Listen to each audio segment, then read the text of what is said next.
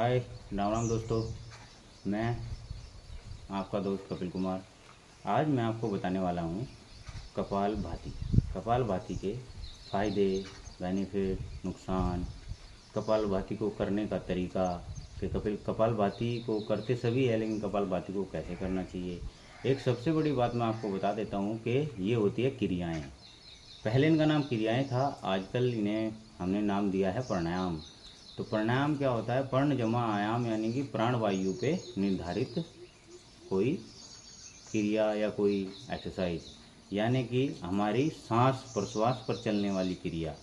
तो मैं आपको ये बताने वाला हूँ कि हमें एक बार ये चल सकता है कि हम आसन गलत कर दें, क्योंकि आसन अगर हम गलत कर रहे हैं तो उसका जो फर्क पड़ता, मतलब जो उसका वो पड़ता है असर, वो कहाँ होता है? हमारी मसल्स पर होता है, मसलों पर होता है, या हमारी हड्डी पे भी थोड़ा बहुत कहीं हो सकता है। लेकिन जो हमारे प्राणायाम है, प्राणायाम का असर हमेशा कहाँ पड़ता है? हमारी जीवन शक्ति पर। जीवन शक्ति यानी कि प्राणवायु पर, और हमारी अंदर वाले सिस्टम पर फर्क पड़ता है। जैसे जो भी अंदर की कार्रवाई है, जो हमारा शरीर अंदर करता है, जिससे हमारे शरीर का विकास होता है, या उन चीज़ों पर फर्क पड़ता है, उन चीज़ों पर असर डलता है इन ये क्रियाओं से या प्राणायाम से।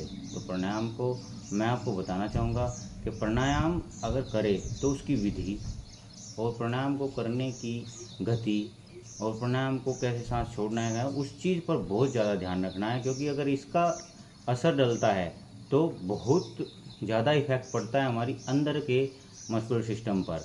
तो मैं आपको बताना चाहूँगा कि हम प्राणायाम करते हैं तो उसे बिल्कुल इफ़ेक्टिव और अच्छे तरीके से, कहीं मतलब अच्छा सीखे उसके बारे में तो ही करें। तो वैसे तो सभी चीज़ों को अच्छा सीखे तभी करें, लेकिन मेरा कहने का मतलब है कि प्राणायाम कोई भी आप अगर कर रहे हो तो उसके बारे में आपको अच्छे से पता होना चाहिए कि ये प्राणायाम ऐसे मैं बिल्कुल ठीक कर रहा हूँ। अभी इसमें मैं आपको बताने वाला हूँ आज कपालभाति के बारे में। तो कपालभाति को, कपाल यानी कि हमारे सर के ऊपर इसका नाम दिया गया है, इसको कपालभाति। तो मैं आपको ये बताने वाला हूँ कि ये हमारे शरीर पर कैसे कैसे कहाँ कहाँ पर इफेक्ट डालता है। सबसे पहला काम है इसका, पाचन क्रिया को बेस्ट करता है, हमारी इम्यूनिटी पावर को बढ़ाता है।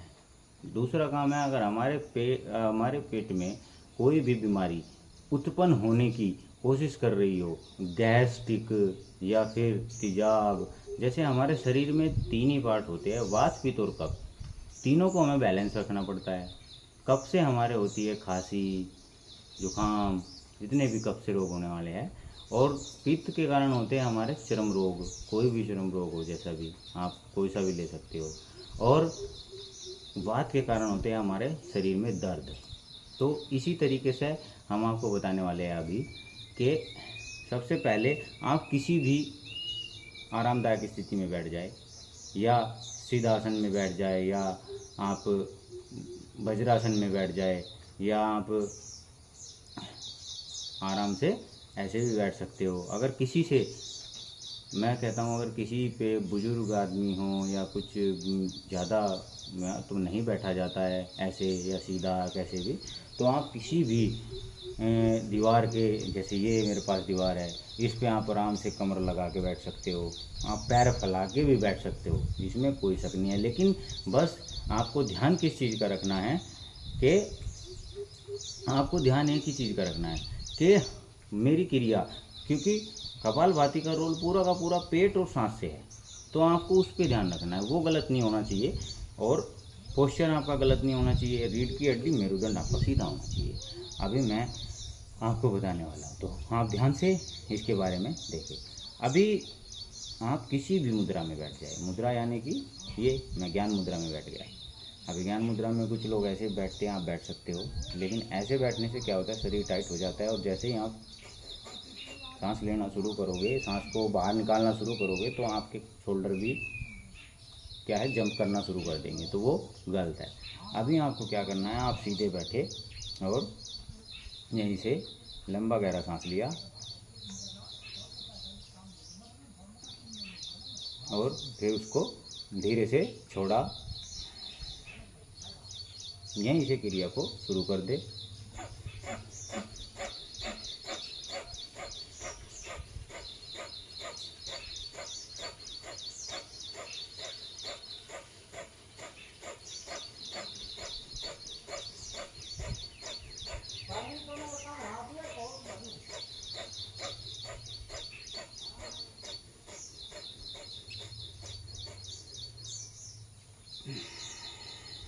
छोड़ते वक्त भी लंबा गहरा सांस ऊपर ले और फिर इसे छोड़े। एक चीज़ का और इसमें ध्यान रखना है आपको, वीडियो को अंत तक देखें, तभी आप इस चीज़ को समझ में आपकी समझ में आएगा कि क्या कहाँ पर हम लोग गलती करते हैं। एक मैंने अभी शोल्डर के बारे में बताया था, एक हम सांस के बारे में गलती करते हैं। सांस क्या हम करेंगे, पेट तो अप डाउन हो रहा है, आप सांस को बाहर भी निकाल रहे हो और अंदर भी ले रहे हो, तो सांस को इसमें सिर्फ बाहर ही निकालना होता है। नेचुरल तरीके से थोड़ा बहुत सांस जो अंदर जाता है उससे कोई बात नहीं होती, वो क्या है, एक क्रिया है, वो अपने आप को उसमें थोड़ा बहुत होता ही है। तो आपको मैं बता दूं, अभी हमने क्या किया, लंबा गहरा सांस लिया, दूसरी कम से कम 3 से 4 इसके आपको अभ्यास करने हैं, और 3 से 4 अभ्यास में आपको बढ़ाते जाना है हमेशा। ये नहीं कि आज हमने 10 से शुरू किया है, 10 बार मैंने ये किया तो कल 12 करो, परसों 15 करो, परसों तो फिर उससे अगले 20 करो, तो आपकी कैपेसिटी ऐसे ही बढ़ती चली जाएगी और ये 1 मिनट और 1 मिनट से ऊपर 3 मिनट ऐसे चली जाएगी। और इसमें एक और आपको सबसे ज़्यादा ज़रूरी बात बताऊंगा कि आप इसे कैसे पकड़ सकते हो कि ये सही है या गलत है। आप इसमें आप अपने पेट को देखें, जैसे ये मेरा पेट है, हम इसे पेट को देखें, हम बैठे सीधे, ये तो आप इसको देखें, नाभि से नीचे वाला हिस्सा अगर हम सही कर रहे हैं तो वो थोड़ा टाइट होता चला जाएगा और उसमें क्या है, थोड़ा सा दुखन टाइप या मतलब थोड़ा दर्द होना शुरू हो जाएगा, तो हम इसका मतलब उसको सही कर रहे हैं। क्योंकि शुरू में, बाद में तो आपको ये कुछ महसूस नहीं होगा, लेकिन जब हम शुरू करते हैं तो जिस पार्ट पर जोर पड़ता है तो वो पार्ट हमेशा टाइट होता है। तो इसीलिए मैं आपको बताया, इसके बेनिफिट मैं आपको बता रहा हूँ कि इसके इतने बेनिफिट है, पहले आप इसको ध्यान से देखें एक बार।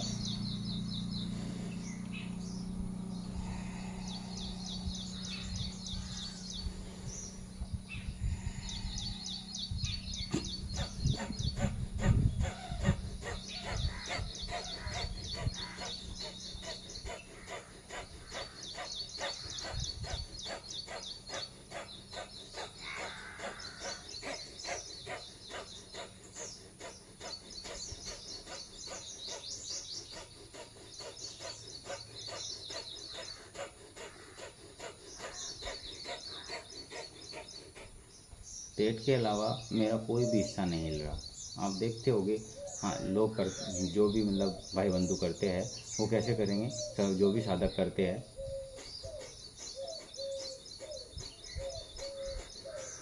ना,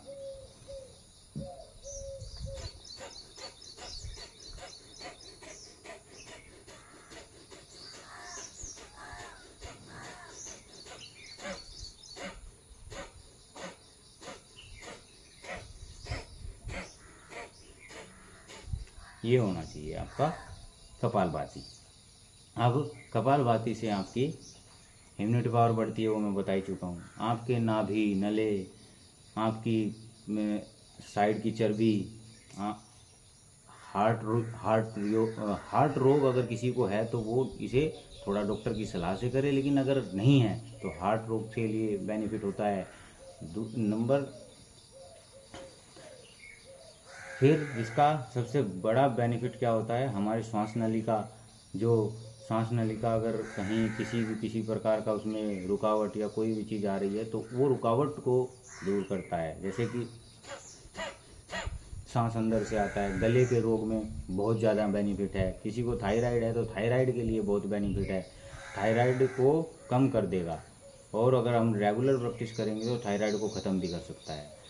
दूसरा, हम इसमें गले का कोई भी रोग हो उसमें हमें बेनिफिट है, और दूसरा हमारे बालों के लिए, और सबसे बेनिफिट है हमारे मस्तिष्क के लिए। मस्तिष्क को भी ये तेज करता है, मस्तिष्क की सोचने की क्षमता को बढ़ाता है। तो कपालभाति के जैसे गिनने जाएं तो अनगिनत इसके फ़ायदे हैं, लेकिन मैं आपको बस यही बताऊंगा।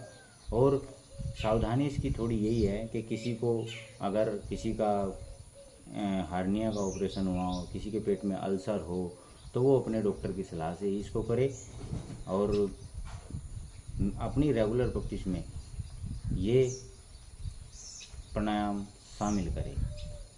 इससे आपके बहुत सारे बेनिफिट है। आपके शुगर लेवल में भी ये असर करेगा और सबसे ज़्यादा आपकी पाचन क्रिया अगर सही है तो दोस्तों आपका सब कुछ सही है। पेट से ही हर बीमारी चलती है। नाभि हमारा पेट मेन केंद्र है और मैं आपको यही बताने वाला हूँ इस वीडियो में कि नाभि हमारा मेन केंद्र है शरीर का और नाभि से ही एक्सरसाइज है। लेकिन आप इसमें बस सिर्फ ध्यान रखें कि सांस आपको इसमें नाक से बाहर ही बाहर छोड़ना है, सीधा बैठना है।